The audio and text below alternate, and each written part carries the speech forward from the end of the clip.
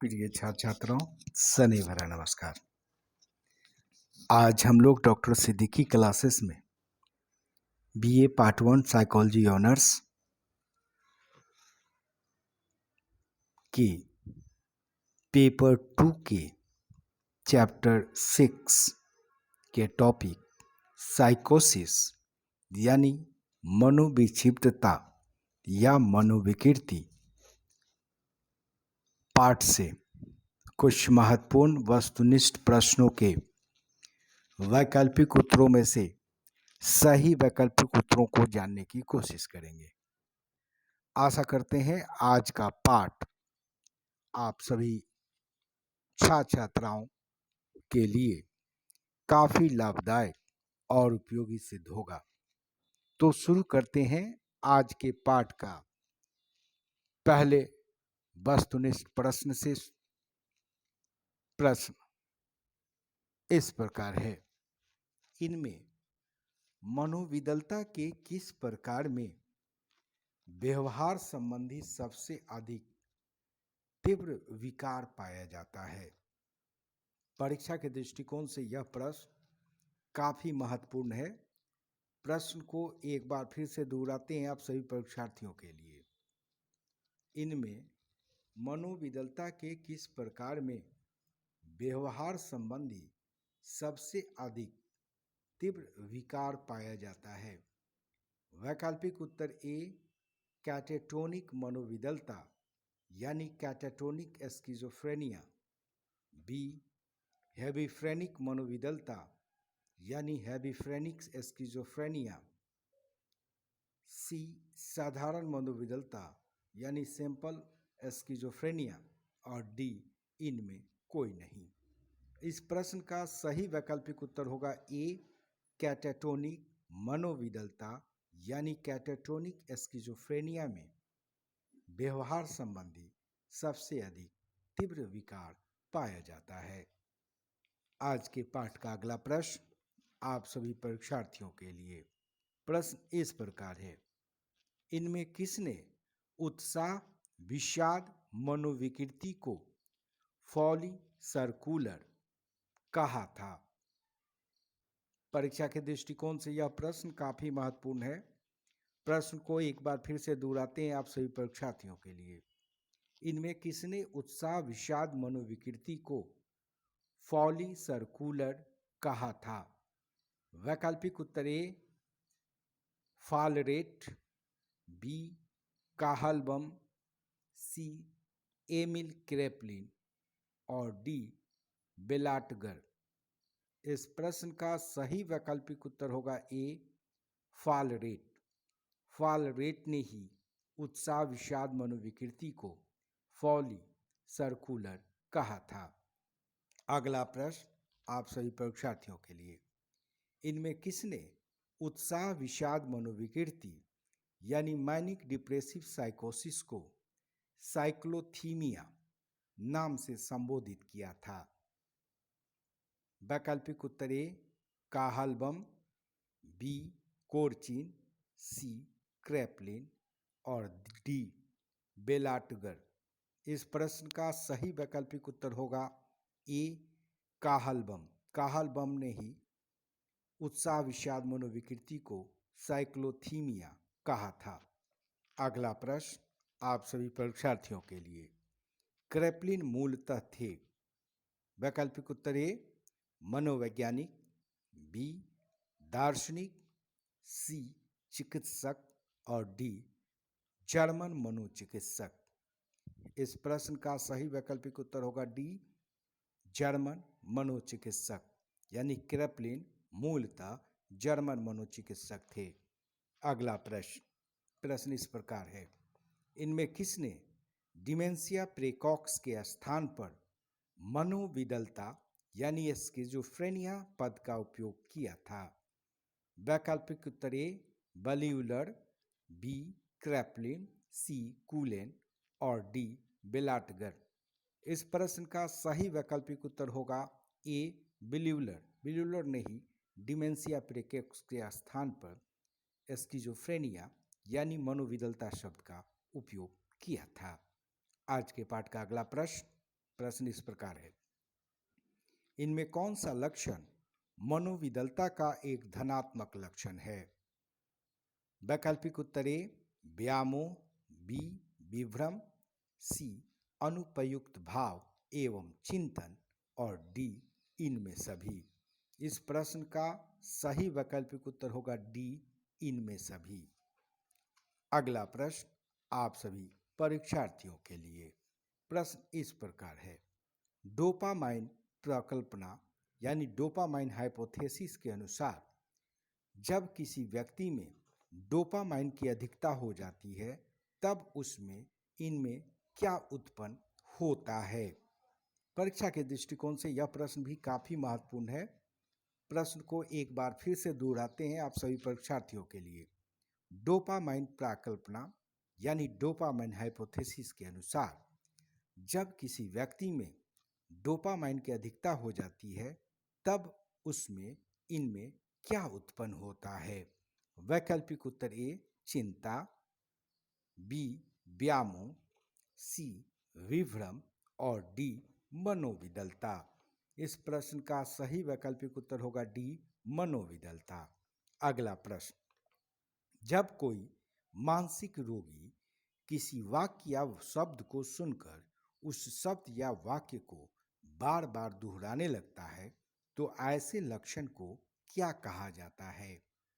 वैकल्पिक उत्तर ए एस्टासिया एवासिया, बी एफोनिया, सी इकोलैलिया और डी मुटिज्म। इस प्रश्न का सही वैकल्पिक उत्तर है सी इकोलैलिया। इकोलैलिया एक ऐसी विकृति होती है जिसमें कोई व्यक्ति किसी शब्द या वाक्य को सुनकर उसे बार बार दोहराने लगता है। आज के पाठ का अगला प्रश्न आप सभी परीक्षार्थियों के लिए, इनमें कौन चिंतन विकृति यानी थॉट डिसऑर्डर्स का रोग है? ए दुर्भिति, बी स्थिर व्यामोह, सी मनोविदलता और डी स्नायु विकृति। इस प्रश्न का सही वैकल्पिक उत्तर है बी स्थिर व्यामोह यानी पैरानोइया। यह चिंतन विकृति से संबंधित रोग होता है। अगला प्रश्न, इनमें कौन सा लक्षण स्थिर व्यामोही प्रतिक्रियाओं से संबंधित लक्षण है? परीक्षा के दृष्टिकोण से यह प्रश्न भी काफी महत्वपूर्ण है। प्रश्न को एक बार फिर से दोहराते हैं आप सभी परीक्षार्थियों के लिए। इनमें कौन सा लक्षण स्थिर व्यामोही प्रतिक्रियाओं से संबंधित लक्षण है? ए व्यामोह, बी चिंता, सी विभ्रम और डी दीवा स्वप्न। इस प्रश्न का सही वैकल्पिक उत्तर है ए व्यामोह। अगला प्रश्न आप सभी परीक्षार्थियों के लिए, इनमें किसका अध्ययन मनोविक्षिप्तता या मनोविकृति अर्थात साइकोसिस के अंतर्गत नहीं किया जाता है? वैकल्पिक उत्तर ए व्यामोह विकृति, बी उत्साह विषाद विकृति, सी दुर्भिति और डी मनोविदलता। इस प्रश्न का सही वैकल्पिक उत्तर होगा सी दुर्भिति। दुर्भिति एक ऐसी विकृति है जिसका अध्ययन न्यूरोसिस या साइकोन्यूरोसिस के अंतर्गत किया जाता है। इसका अध्ययन साइकोसिस के अंतर्गत नहीं किया जाता है। आज के पाठ का अगला प्रश्न आप सभी परीक्षार्थियों के लिए, इनमें किसने सर्वप्रथम मनोविक्षिप्तता या मनोविकृति अर्थात साइकोसिस पद का उल्लेख किया था? वैकल्पिक उत्तर ए क्रेपलिन, बी मैस्लो, सी कोर्ची और डी फ्रायड। इस प्रश्न का सही वैकल्पिक उत्तर होगा ए क्रेपलिन। क्रेपलिन ने ही साइकोसिस पद का सबसे पहले उल्लेख किया था।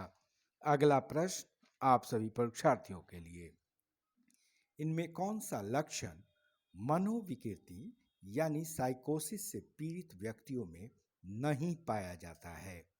वैकल्पिक उत्तर ए विभ्रम यानी हैलुसिनेशन, बी चिंता यानी एंजाइटी, सी व्यामोह एवं संवेगात्मक विकृति यानी delusion and emotional distortion, D स्थिति भ्रांति यानी डिसओरिएंटेशन। इस प्रश्न का सही वैकल्पिक उत्तर होगा बी चिंता। अगला प्रश्न आप सभी परीक्षार्थियों के लिए, इनमें मनोविदलता स्किज़ोफ्रेनिया का प्राचीन नाम कौन सा है? वैकल्पिक उत्तर ए उन्माद, बी ट्रिफाइनेशन, सी उत्साह विषाद विकृति और डी डिमेंशिया प्रेकॉक्स। इस प्रश्न का सही वैकल्पिक उत्तर होगा डी डिमेंशिया प्रेकॉक्स। ये मनोविदलता का प्राचीन नाम है। अगला प्रश्न आप सभी परीक्षार्थियों के लिए, इनमें कौन मनोविदलता के प्रकारों में सम्मिलित है? वैकल्पिक उत्तर ए साधारण मनोविदलता एवं स्थिर व्यामोह मनोविदलता यानी simple schizophrenia and paranoid schizophrenia, B catatonic एवं हेविफ्रेनिक मनोविदलता यानी catatonic and hebephrenic schizophrenia, C मनोभावात्मक मनोविदलता यानी स्किज़ो अफेक्टिव स्किज़ोफ्रेनिया और डी इनमें सभी। इस प्रश्न का सही वैकल्पिक उत्तर होगा डी इनमें सभी। अगला प्रश्न आप सभी परीक्षार्थियों के लिए, इनमें मनोविदलता के किस प्रकार से पीड़ित रोगियों में मूकता, दृढ़ता तथा अत्यधिक लचीलापन के लक्षण दिखलाई पड़ते हैं? प्रश्न को एक बार फिर से दोहराते हैं आप सभी परीक्षार्थियों के लिए, इनमें मनोविदलता के किस प्रकार से पीड़ित रोगियों में मूकता यानी मोटिज्म तथा दृढ़ता यानी रिजिडिटी तथा अत्यधिक लचीलापन यानी फ्लेक्सिबिलिटी के लक्षण दिखाई पड़ते हैं? वैकल्पिक उत्तर ए कैटाटोनिक मनोविदलता, बी हैविफ्रेनिक मनोविदलता, सी मनोभावात्मक मनोविदलता और डी साधारण मनोविदलता। इस प्रश्न का सही वैकल्पिक उत्तर होगा ए कैटाटोनिक मनोविदलता यानी कैटाटोनिक मनोविदलता से पीड़ित रोगियों में मूकता, मोटिज्म और दृढ़ता यानी रिजिडिटी और अत्यधिक लचीलापन यानी फ्लेक्सिबिलिटी से संबंधित लक्षण दिखाई पड़ते हैं। आज के पाठ का अगला प्रश्न आप सभी परीक्षार्थियों के लिए, इनमें किस मनोविदलता से पीड़ित रोगियों में हास्यास्पद मुस्कुराहट, अनुपयुक्त सतही हंसी तथा श्रवण संवेदना से संबंधित विभ्रम के लक्षण दिखाई पड़ते हैं? परीक्षा के दृष्टिकोण से यह प्रश्न काफी महत्वपूर्ण है। प्रश्न को एक बार फिर से दोहराते हैं आप सभी परीक्षार्थियों के लिए, इनमें किस मनोविदलता से पीड़ित व्यक्तियों में हास्यास्पद मुस्कुराहट, अनुपयुक्त सतही हंसी तथा श्रवण संवेदना से संबंधित विभ्रम के लक्षण दिखाई पड़ते हैं? ए हैविफ्रेनिक मनोविदलता, बी मनोभावात्मक मनोविदलता, सी कैटाटोनिक मनोविदलता और डी इनमें कोई नहीं। इस प्रश्न का सही वैकल्पिक उत्तर होगा ए हैविफ्रेनिक मनोविदलता। अगला प्रश्न आप सभी परीक्षार्थियों के लिए, प्रश्न इस प्रकार है, इनमें किस मनोविदलता से पीड़ित व्यक्तियों में दंड, धार्मिक तथा लैंगिक व्यामोह आदि के लक्षण पाए जाते हैं? वैकल्पिक उत्तर ए स्थिर व्यामोह मनोविदलता, बी साधारण मनोविदलता, सी कैटाटोनिक मनोविदलता और डी मनोभावात्मक मनोविदलता। इस प्रश्न का सही वैकल्पिक उत्तर होगा स्थिर व्यामोह मनोविदलता यानी पैरानॉइड स्किज़ोफ्रेनिया से पीड़ित व्यक्तियों में दंड, धार्मिक तथा लैंगिक व्यामोह से संबंधित लक्षण पाए जाते हैं। अगला प्रश्न आप सभी परीक्षार्थियों के लिए, प्रश्न इस प्रकार है, इनमें किसके अध्ययनों से इस बात की पुष्टि होती है कि 53.8% यानी 53.8% मनोविदलता के रोगी वंशागत होते हैं? वैकल्पिक उत्तर लेविश, बी कालमैन, सी विंडर और डी कोर्चिन। इस प्रश्न का सही वैकल्पिक उत्तर होगा ए लेविस लेविस ने अपने अध्ययनों से इस बात की पुष्टि की थी कि 53.8% मनोविकलता के रोगी वंशागत होते हैं। अगला प्रश्न आप सभी परीक्षार्थियों के लिए, इनमें कौन सा कारक मनोविकलता उत्पत्ति का मनोवैज्ञानिक कारक है? वैकल्पिक उत्तर ए कुंठा एवं द्वंद्व, बी वास्तविक नियंत्रण का अभाव, सी प्रतिगमन और डी इनमें सभी। इस प्रश्न का सही वैकल्पिक उत्तर होगा डी इनमें सभी। अगला प्रश्न आप सभी परीक्षार्थियों के लिए, इनमें यह कथन किससे संबंधित है कि दुबले पतले तथा अविकसित मांसपेशी वाले व्यक्तियों में मनोविकलता यानी स्किज़ोफ्रेनिया के लक्षणों के विकसित होने की संभावना अधिक होती है? वैकल्पिक उत्तर ए क्रेस्मर, बी युंग, सी सेल्डन और डी क्रैपलिन। इस प्रश्न का सही वैकल्पिक उत्तर होगा ए क्रेस्मर। आज के पाठ का अगला प्रश्न आप सभी परीक्षार्थियों के लिए, प्रश्न इस प्रकार है, इनमें कौन उत्साह विषाद मनोविकृति मानिक डिप्रेसिव साइकोसिस पद का प्रतिपादक है? वैकल्पिक उत्तर ए एमिल क्रेपलिन, बी कार्ल काहलबम, सी फॉलरेट और डी बेलाटगर। इस प्रश्न का सही वैकल्पिक उत्तर होगा ए एमिल क्रेपलिन। एमिल क्रेपलिन उत्साह विषाद मनोविकृति यानी मैनिक डिप्रेसिव साइकोसिस पद के प्रतिपादक माने गए हैं। आज के पाठ का अगला प्रश्न आप सभी परीक्षार्थियों के लिए, इनमें किसका अध्ययन मनोविकृति साइकोसिस के अंतर्गत किया जाता है? वैकल्पिक उत्तर ए व्यामोह विकृति यानी पैरानोइया, बी उत्साह विषाद विकृति यानी मैनिक डिप्रेसिव डिसऑर्डर, सी मनोविकलता यानी स्किज़ोफ्रेनिया और डी इनमें सभी। इस प्रश्न का सही वैकल्पिक उत्तर होगा डी इनमें सभी। आज के पाठ का अगला प्रश्न आप सभी परीक्षार्थियों के लिए, प्रश्न इस प्रकार है, इनमें किसने मानसिक रोगों का पहला वर्गीकरण प्रस्तुत किया था? परीक्षा के दृष्टिकोण से यह प्रश्न भी काफी महत्वपूर्ण है। प्रश्न को एक बार फिर से दोहराते हैं आप सभी परीक्षार्थियों के लिए, इनमें किसने मानसिक रोगों का पहला वर्गीकरण प्रस्तुत किया था? वैकल्पिक उत्तर A Philippe Pinel, B Jean Martin Charcot, C Emil Kraepelin और डी एल विटमर। इस प्रश्न का सही वैकल्पिक उत्तर होगा सी एमिल क्रेपलिन। और आज के पाठ का अंतिम प्रश्न आप सभी परीक्षार्थियों के लिए, प्रश्न इस प्रकार है, इनमें किस में कोई व्यक्ति फुसफुसाकर बातचीत करता है?